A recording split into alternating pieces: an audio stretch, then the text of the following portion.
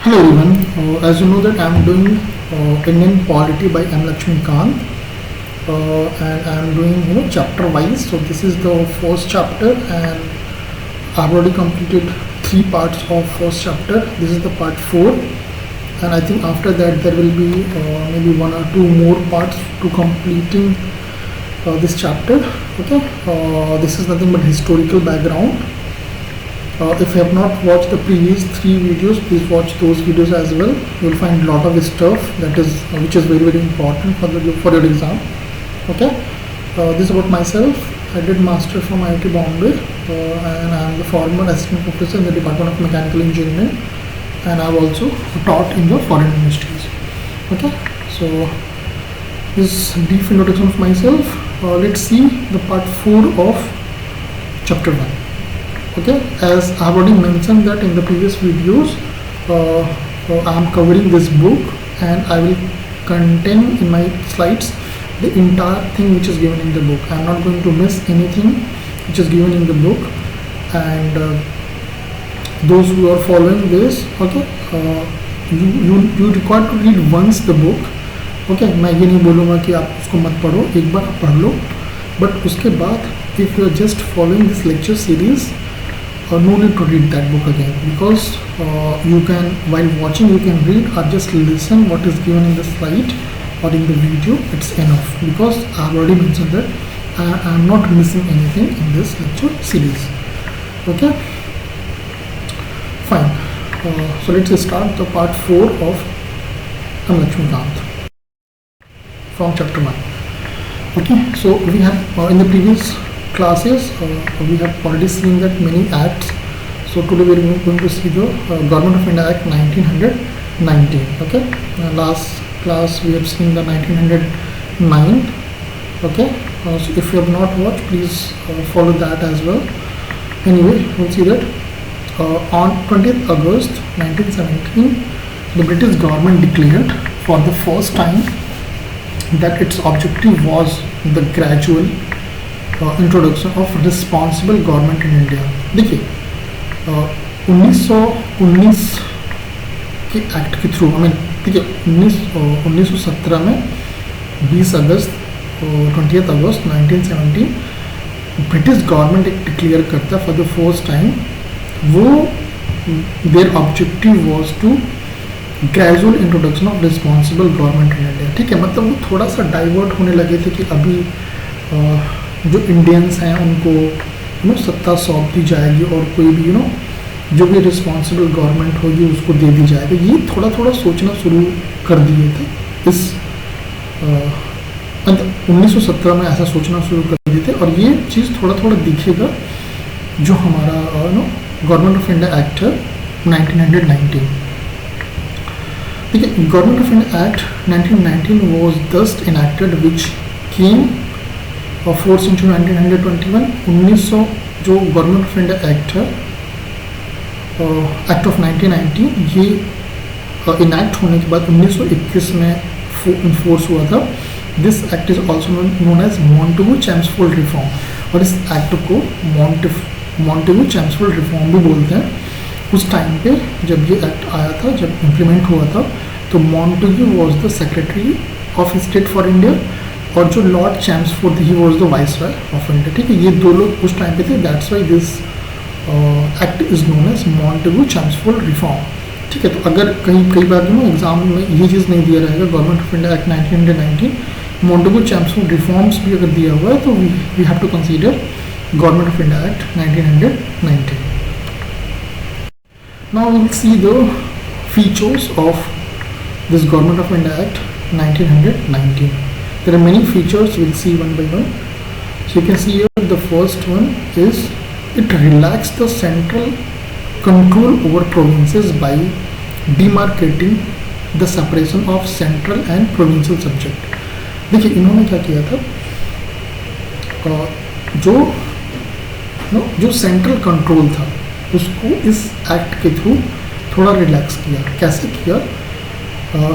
जो सेंट्रल है और जो प्रोविंशियल है, उनकी जो जैसे दोनों जैसे प्रोविंसेस थे उसमें अभी भी आप जैसे पॉलिटी में देखोगे ना, आपका यूनियन लिस्ट होता है, स्टेट लिस्ट होता है, कंकरेंट लिस्ट होता है, उसी तरीके से ये लोग सब्जेक्ट डिवाइड कर दीजिए। सेंटर वाले होंगे इन चीज़ों पे लॉ बनाएंगे, प्रोविंशियल होगा इन चीज़ों पे लॉ बनाएगा। तो वो ऐसा इन लोगों ने किया, ठीक है। तो वो जो बोलते हैं कि सेंटर का जो कंट्रोल था उसको यहाँ पे इस एक्ट के through they have actually relaxed, ठीक है। वो चीज़ हमें यहाँ पे देखने को मिलती है। और the central and provincial legislature were authorize to make laws, जो मैंने पहले बोल दिया आपको कि जो सेंट्रल एंड प्रोविंशियल लेजिस्लेचर्स थे they are authorize to make law, वो अपना लॉ बना सकते हैं, क्योंकि सब्जेक्ट डिवाइड कर दिया तो उस सब्जेक्ट में वो बना सकते हैं, लॉ बना सकते हैं on their respective list subject. उन्होंने ऑब्वियसली लिस्ट डिसाइड की है, तो जो भी रेस्पेक्टिव लिस्ट होगी they can make a law. However the structure of government continue to be centralise and unitary, but जो स्ट्रक्चर ऑफ गवर्नमेंट का हो, जो स्ट्रक्चर ऑफ गवर्नमेंट का होगा, it will continue as centralise and unitary, ठीक है। वो मतलब एक तरह से कंट्रोल उनका रहेगा, बट प्रोविंसेस को थोड़ा सा पावर दे दिया कि ठीक है भाई तू जा, तू भी बना, तुझको ये चीज़ें दे दी गई, तू भी बना, और सेंटर में भी ये बनेगा, ओके। तो इस तरीके से इन्होंने थोड़ा सा रिलैक्स किया। सेकेंड पॉइंट इस एक्ट का ये बोलता है, it further divided the provincial subject into 2 parts. देखिए, एक तो पहले इन्होंने क्या किया, सेंट्रल सब्जेक्ट बनाया, प्रोविंशियल सब्जेक्ट बनाया। अब प्रोविंशियल में 2 पार्ट किया, उसमें क्या क्या था, transferred subject and okay, will read first whole thing then will try to understand. It further divided the provincial subjects into 2 parts, transferred and reserved. The transferred subjects were to be administered by the governor with aid of minister responsible to the legislative council. देखिए, इन्होंने क्या किया, पहले central की list बनाई, provincial की list बनाई, ठीक है। उसके बाद जो प्रोविंशियल के सब्जेक्ट्स थे उसको 2 पार्ट में डिवाइड किया। कौन कौन से parts, transferred part and reserve part, ठीक है। अब जो ट्रांसफर्ड सब्जेक्ट थे, ट्रांसफर्ड सब्जेक्ट उसको एडमिनिस्टर करेगा गवर्नर, क्योंकि हर प्रोविंस का गवर्नर था, वो उस पर लॉ बनाएगा with aid of minister responsible to legislative council, ठीक है। तो जो भी मिनिस्टर्स होंगे लेजिस्लेटिव काउंसिल में, उनकी एड में गवर्नर बनाएंगे। जैसे देखिए, अभी हमारे अभी प्रेजेंट टाइम में भी मतलब एकदम एग्जैक्टली ऐसा नहीं है, जैसे governor they work as aid and advice of council of ministers.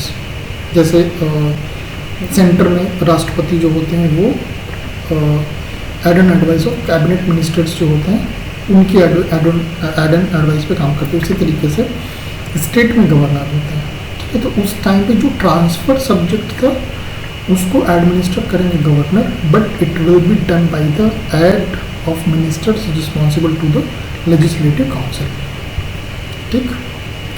Next, the reserve subjects on the other hand were be administered by governor and his executive council without being responsible to the legislative council, ठीक है। But जो reserve subject होंगे उसको उसमें इसको जो legislative council है उनकी ऐड की ज़रूरत नहीं है, वो डायरेक्टली एडमिनिस्टर कर सकते हैं, ठीक है। तो देखिए, यहाँ पे इन लोगों ने भले ही जैसे रिलैक्स किया, बट यहाँ पे देखिए ट्रांसफ़र और रिजर्व करके कुछ चीज़ों को कंट्रोल कर लिया। अब ये गवर्नर क्या करेगा, जो वाइस रॉय बोलेगा, ठीक है। तो रिलैक्स किया, बट कुछ चीज़ों को अपने ही कंट्रोल में रखा। Even though there was council of minister, but they cannot make law in the reserve subject. This will be done by the governor and actually indirectly by the viceroy, ठीक है। मतलब कुल मिला जुला के जो वो सब देने के बाद भी कंट्रोल उनके ही हाथ में था, उनके मतलब viceroy. Next, this dual system of governance was known as dyarchy, ठीक है। अब ये जो उन्होंने ना रिजर्व एंड ट्रांसफर्ड किया, इसको ये लोग डुअल सिस्टम बोलते हैं, विच is nothing but is called dyarchy. A term derive from the Greek word dyarchy, ठीक है। मतलब ये this term is derive from Greek word dyarchy which means double rule, ठीक है। तो जिसका मतलब है double rule. However this experiment were largely unsuccessful, और ये ऐसा बोला जा रहा है कि जो एक्सपेरिमेंट था it was not successful. Okay, next third point, in the Government of India Act 1919, it says it introduced for the first time bicameralism and direct relation in the country। ठीक है, अब यहाँ इस एक्ट के through ये लोग bicameralism and जो direct election country में लेके आए थे। The Indian legislative council was replaced by bicameral legislative consisting of upper house. जो लेजिस्लेटिव काउंसिल था उसको अपर हाउस में कन्वर्ट किया गया, which is known as council of state, and the lower house is nothing but is legislative assembly. अभी भी हमारे ना राज्यसभा लोकसभा है, इवन स्टेट में असेंबली और काउंसिल होता है, वैसा ही कुछ इन्होंने इस एक्ट के थ्रू करना शुरू किया था। The majority of member of both house were chosen by direct election. ठीक, और इसके जो मेंबर्स होंगे वो कैसे चुने जाएंगे? इलेक्शन के थ्रू चुने जाएंगे। डायरेक्ट इलेक्शन होगा, वो लोग उसके थ्रू वो लोग चुन के upper house which is nothing but council of state and legislative assembly which is lower house ना, वहाँ पे इन दोनों जगहों पे जाएंगे।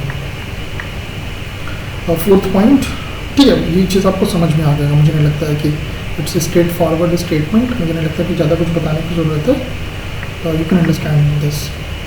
Fourth point, it is required that the 3 of the 6 members of Viceroy Executive Council other than the commander in chief were to be Indian. ठीक है, अब इस एक्ट के थ्रू इन्होंने ऐसा भी किया, जो वाइस रॉय की एग्जीक्यूटिव काउंसिल थी वो 6 मेंबर की थी, उसमें से तीन को इंडियन को बना दिया। ठीक है, other than commander in chief, जो कमांडर इन चीफ था उसको छोड़ के कोई भी 3 those were will be Indian. ठीक है, ऐसा भी इन्होंने किया था। And fifth, it extended the principle of communal representation by providing separate electorate for Sikh, Indian Christian, Anglo-Indians and European। हम लोग इससे पिछले वाले एक्ट में हम लोगों ने देखा था कम्युनल अवार्ड, आपने उधर देखा था ना कि जैसे कम्युनलिज्म वाला देखा था, जिसमें मुस्लिम्स को सिर्फ मुस्लिम ही वोट करेंगे। इस एक्ट में उन्होंने उसको और ब्रॉडर किया। ठीक है, जो कॉमनल रिप्रेजेंटेशन था और ब्रॉडर किया उन्होंने इस चीज़ को, और जो सेपरेट इलेक्टोरेट था वो सिख और Indian Christian, Anglo Indians and European के लिए भी एक्सटेंड किया। ठीक है, तो अब इसमें आप मुस्लिम्स भी ऐड कर लो, इससे पहले मुस्लिम भी था, फिर Sikh, Indian Christians, Anglo Indians and European, इनके लिए भी उन्होंने एक्सटेंड किया था इस एक्ट के through. Okay, if granted franchisee to the limited number of people on the basis of property, tax and education। देखिए, टैक्स और एजुकेशन, जो लोग ये जो यहाँ पे इलेक्शन हुआ था उसमें ऐसा नहीं कि सबको उन्होंने वोटिंग राइट दे दी थी। कौन कौन लोग मतलब वोट कर सकते थे? दे वर एक्चुअली जिनके पास उन्होंने कुछ डिसाइड कर दिया, ओके जिनके पास इतनी प्रॉपर्टी है उनको वो लोग देंगे, जो लोग टैक्स देते थे वो लोग, जो लोग एजुकेटेड थे उनको। ठीक है, ऐसा नहीं कि वहाँ पे जो एकदम गरीब तबका का बंदा था वो वोट नहीं कर सकता था। ठीक है, तो इसमें मतलब वही हो गया ना कि अमीर लोग वो उठेंगे चुनाव में, अमीर लोग वोट करेंगे, वही लोग जाएंगे फिर ना, जो भी असेंबलीज हुआ करती थी ऐसा ही था, अभी भी वही होता है। ठीक है, जिनके पास पैसा उनको ही पॉलिटिकल पार्टीज टिकट देती है, फिर वो you will find very rare cases where a person is very poor and he is getting ticket. There will be some cases but very less. Now अभी लोकसभा का चुनाव हो रहा है, आप देखो 5-5 हज़ार करोड़ लोगों की नेटवर्थ है, दे आर कंटेस्टिंग लोकसभा चुनाव। ओके, तो उस टाइम पे भी ऐसा था। Okay, so this is the point 6। Now will see the more points based on the Government of India Act 1919। Okay, the 7th point is it created a new office of High Commissioner for India in London। ठीक है, अब इन्होंने एक नया office बनाया which is nothing but is high commissioner for India, वो भी किसमें? इन लंदन में बनाया था। And transferred to him some of the functions हियर थ्रू perform by the secretary of state for India. अब जो secretary of state of India के जो कुछ फंक्शंस थे उसको ट्रांसफ़र कर दिया high commissioner for India in London, ठीक है। 8 point it provided for the establishment of public service commission. अब देखिए इस एक्ट के थ्रू जैसे जो सिविल सर्विसेज का रिक्रूटमेंट के लिए इन्होंने पब्लिक सर्विस कमीशन ही इस्टेब्लिश कर दी। जैसे इस भी टाइम हमारे यहाँ ना सिविल सर्विसेज IAS PCS के लिए UPSC है, स्टेट में स्टेट PSC है, उसी तरीके से इस एक्ट के through they have established public service commission. Hence और central public service commission were set up in 1926 to recruit civil servant, ठीक है। और 1926 में मतलब इसमें इस्टेब्लिश किया, और वो ये जो central public service commission setup हुआ 1926 में टू रिक्रूट सिविल सर्वेंट्स, ठीक है। यही आगे चल के हमारा UPSC बना, ठीक है। यही आगे फॉरवर्ड हुआ। So this is nothing but is the they have also done the establishment of public service commission with this act. 9th point, it separated for the first time provincial budget from the central budget and authorized the provincial legislatures to enact their budget, ठीक है। और इस act के through जैसे इससे पहले क्या होता था कि जो प्रोविंशियल बजट होता था वो भी सेंटर में ही प्रेजेंट किया जाता था, बट इसमें फर्स्ट टाइम उन्होंने सेपरेट कर दिया प्रोविंशियल बजट और सेंट्रल बजट, दोनों अलग अलग किया। और जो भी प्रोविंशियल लेजिस्लेचर्स थे उनको बोला गया कि ठीक है तुम अपना बजट बनाओ जो भी है, ठीक है। जैसे अभी आप देखते हो कि यूपी में है ना, यूपी का बजट पेश होता है, सेंटर का बजट पेश होता है, उस तरीके से यहाँ पे उन्होंने किया था, ओके। 1919 के एक्ट में उन्होंने ऐसा किया था। 10th point, it provided for the appointment of statutory commission to inquire into and report on its working after 10 year of its coming into force. देखिए अब इन्होंने एक कमीशन बनाया, और इससे पहले इन्होंने जो भी एक्ट में जो भी पॉइंट्स हैं उस चीज़ को वो किस तरीके से वर्क कर रही है, वेदर इट इज़ ठीक तरीके से जा रहा है कि नहीं जा रहा है, उस चीज़ के लिए इन्होंने एक कमीशन बनाया जो कि 10 साल में अपना रिपोर्ट पेश करेगी हाउ इट इज़ वर्किंग, ठीक है। तो मतलब इन्हें एक तरह से ये देखना था, मतलब कि थोड़ा सा उस तरफ डाइवर्ट हुए थे कि okay we are going to transfer the power to the some form of responsible government. So with this act they have come up with the many things and they have form one statutory commission to inquire what they have done in this act, whether it is working properly or not, okay. So that commission will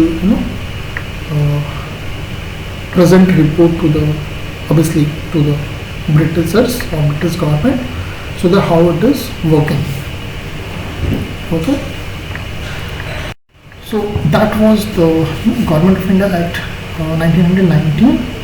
Now we'll see two more things which is very important for with respect to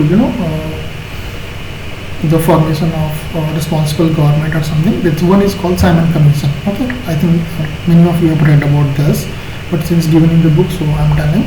Even history also you will read this, so we'll see what actually Simon Commission is, okay, what they have done.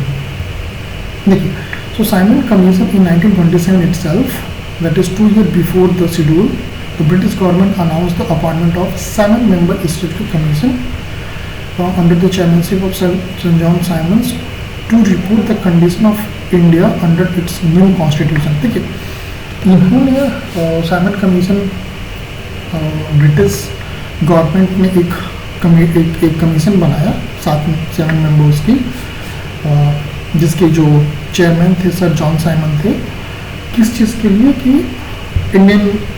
India के लिए constitution बनाया जाए, उस चीज़ के लिए, ठीक है। और ये जो इसमें जो 7 मेंबर थे ये 7 ब्रिटिशर्स थे, उसमें इंडियन कोई भी नहीं था, ओके। मतलब खुद सोचो कि इंडिया के लिए कॉन्स्टिट्यूशन बनाना है और उसमें इंडियन है ही नहीं, वो कैसा कॉन्स्टिट्यूशन बनेगा उसको कौन डिसाइड करेगा? ब्रिटिशर्स डिसाइड करेंगे, ब्रिटिश गवर्नमेंट डिसाइड करेगी, ठीक है। बट अब वो लोग पावर में थे तो वो कुछ भी करें, ठीक है।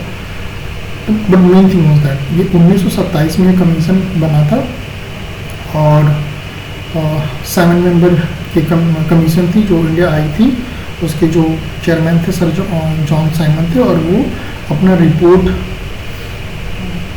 On condition of under its new constitution, ठीक है, मतलब जो भी इंडिया में कॉन्स्टिट्यूशन बनाना है उससे रिलेटेड रिपोर्ट ब्रिटिश गवर्नमेंट को देंगे, फिर ब्रिटिश गवर्नमेंट यहाँ के लोगों को बोलेगी कि ऐसे ऐसे आपको बनाना है, समथिंग लाइक दैट। ओके, अब देखिए मैंने मेंशन कर दिया पहले, all members of commission were British and hence all parties बायकॉटेड the commission, ठीक है। उस टाइम पे देखिए कांग्रेस थी ना, मुस्लिम लीग थी, और भी कई पार्टियां थी, तो वो लोग ये सोच रहे हैं कि यार हमारे लिए कॉन्स्टिट्यूशन बनना है, और हमारे लोगों में से कोई है नहीं, वो सारे के सारे ब्रिटिशर्स हैं। तो उन्होंने क्या किया कि ठीक है, उन्होंने ये आए, अच्छी बात है, बट ये सब लोगों ने बाइकआउट किया कि we are not going to accept this commission, जो भी ये बोलेंगे we are not going to listen them, ठीक है। तो ये पूरी की पूरी जो जो कमीशन थी, जितने भी लोग थे, वो सब जो भी पार्टीज थी, सारी पार्टीज ने इसको बाइकआउट किया। Okay, the commission submitted its report in 1930, commission जो है 1930 में रिपोर्ट अपना सबमिट की, and recommended the abolition of dyarchy. इससे पहले हम लोगों ने देखा था ना, गवर्नमेंट ऑफ इंडिया एक्ट 1919 में जो डायरकी है उसको ख़त्म करना, ये एबोलिस्ट करना है, ये रिकमेंड किया।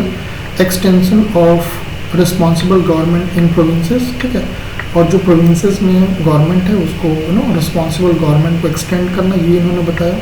Establishment of federation of British India and princely state, और उन्होंने ये भी बोला कि establishment of federation of British India and princely states, और continuation of communal electoral and so on, जो भी उन्होंने मुस्लिम्स को वोट करेंगे, सिख को करेंगे, एंग्लो इंडियन को करेंगे, ये सब it was continue and so on, जो भी उन्होंने और भी चीज़ें दी होंगी, ये सब चीज़ें ये कमीशन ने रिपोर्ट प्रेजेंट की in front of British government.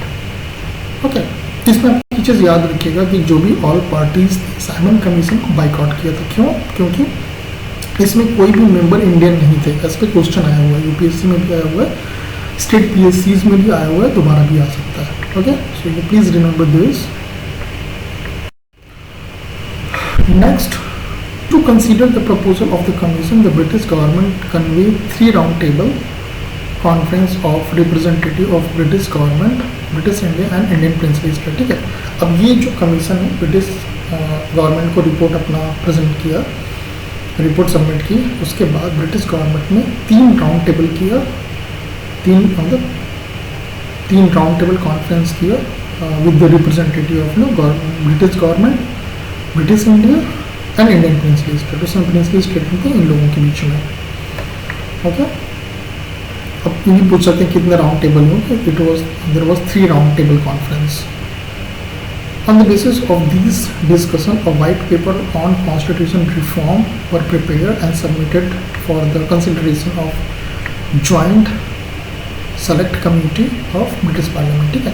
उसके बाद सब discuss on the basis of discussion a white paper of constitutional reform, जो भी कॉन्स्टिट्यूशनल रिफॉर्म होगा उससे related white paper was prepared and submitted for the consideration of joint select committee of British Parliament. Okay, next, the recommendation of this committee were incorporated with certain changes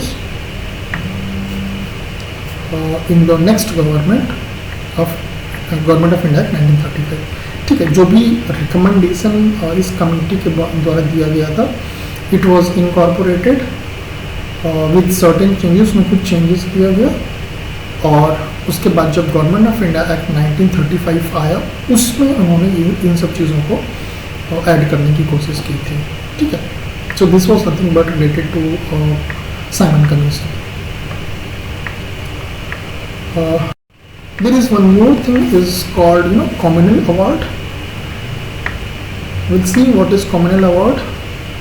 Communal award, in August 1932, Ramsay MacDonald, the British Prime Minister, announced a scheme of representation of minorities, which came to known as communal award, ठीक है। उस समय Ramsay McDonald जो थे, he was the British Parliament, उन्होंने क्या किया, they announced scheme for representation of minority, जो हमारे SC/STs होते हैं उनके लिए एक स्कीम रिप्रेजेंट किया, that is known as communal award. Okay, so the award not only continue separate electorate for Muslim, Sikhs, Indian, Christian, Anglo-Indian and Europeans, but also extended to depressed classes which is scheduled caste। देखिए, अभी हम लोगों ने इससे पहले देखा था कि they have actually done the separate electorate for Muslims, Sikhs, Indians, Christian, Indian Christian, Anglo-Indians and European। But इसने क्या किया, रामसे मैकडोनाल्ड ने इसको एक्सटेंड कर दिया डिप्रेस्ड क्लासेस के लिए भी, विच is nothing but schedule caste. ये इसको बोलते हैं कॉमनल अवार्ड। ओके, अब ये चीज़ जब इन्होंने किया तो जो गांधी जी थे, okay, was distressed over this extension. ठीक है, गांधी जी काफ़ी बुरा लगा इस चीज़ की वजह से, on the principle of communal representation to depressed classes. मतलब अब जैसे कोई SC/ST का शेड्यूल कास्ट का बंदा वो कंटेस्ट कर रहा है इलेक्शन, तो उसको वही लोग चुनेंगे ऐसा। ठीक है, तो इस चीज़ की वजह से Gandhi ji distress over this extension of principle of communal representation of distress classes and undertook fast unto death in Yerwada jail, Poona, to get award modified. ठीक है, तो अब ये चीज़ ना हो या ये मॉडिफाई हो, उसकी वजह से गांधी जी जो है उन्होंने मतलब ऐसा फास्ट रखा कि अब ख़त्म ही हो जाना है। Okay, unto death in Yerwada jail to get award modified. ठीक है, अब उसमें उनका जो भी इनका होगा कि नहीं ऐसा होना चाहिए, इसमें ये चेंजेस होना चाहिए, उस चीज़ के लिए उन्होंने undertook fast unto death. ठीक है, तो आप इसको याद रखिएगा कि what is communal award and why Gandhi ji to fast unto death in Yerwada jail. Okay, so ये सब छोटी छोटी चीज़ें you have to remember. At last there was an agreement between the leaders of Congress and depressed classes। ठीक है, उसके बाद last में जो कांग्रेस के लीडर्स थे एंड डिप्रेस्ड क्लासेस थे उनके बीच में कुछ एग्रीमेंट बना। That agreement is known as Poona pact. ठीक है, उसी एग्रीमेंट को जो भी कांग्रेस के लीडर थे और जो डिप्रेस्ड क्लासेस थे उनके बीच में जो भी एग्रीमेंट बना, that is known as Poona pact. Okay, so you please remember what is Pune Pact. It is nothing but it is agreement between the leader of Congress and depressed classes. Retained the Hindu joint electorate and gave reserve seat for two depressed classes। देखिए,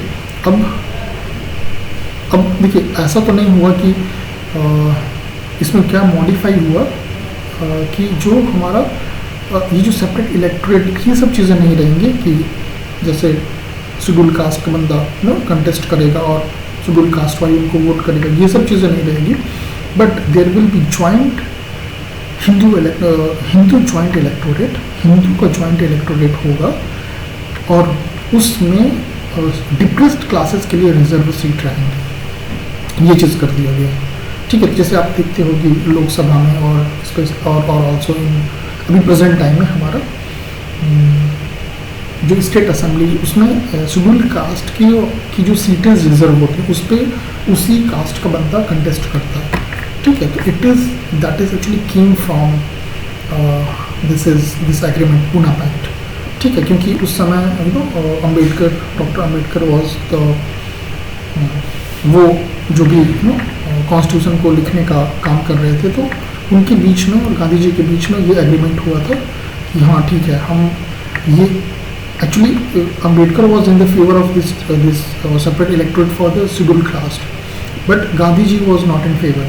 but जो ये ऐसा कर लिए थे कि नहीं मानोगे तो I will die with this, so to avoid this they have come up with this agreement. ठीक है, we are not going to do separate electorate for scheduled caste, but they will be the part of Hindu joint electorate, but there will provide some reserve seat for the depressed classes। ठीक है, तो हिंदू का joint electorate हो और उसमें जो schedule caste होंगे उनको हम रिजर्व सीट देंगे। ठीक है, मैं अब इससे पहले बोल चुका हूँ, बार बार नहीं बोलूँगा कि लोकसभा और स्टेट असेंबलीज में आप देखोगे कि there is a reserve seat for the सुगुल खास, so that is actually came from the Poona act. ठीक है, इसके बाद फिर जब कॉन्स्टिट्यूशन लिखा गया तो फिर वहाँ पे उन्हें वो चीज़ें कॉन्स्टिट्यूशन में लिखा गया और इट इज़ कंटिन्यूइंग। ठीक है, so this is the end of I think 3 things I have done in this Government of India Act 1919, Simon Commission and communal award. Okay, so next class I will complete this chapter where I will cover Government of India Act 1935 and Indian Independence Act and some small part which is given in the book. Okay, so that will be the end of chapter 1 of M. Lakshmi Kant. Thank you.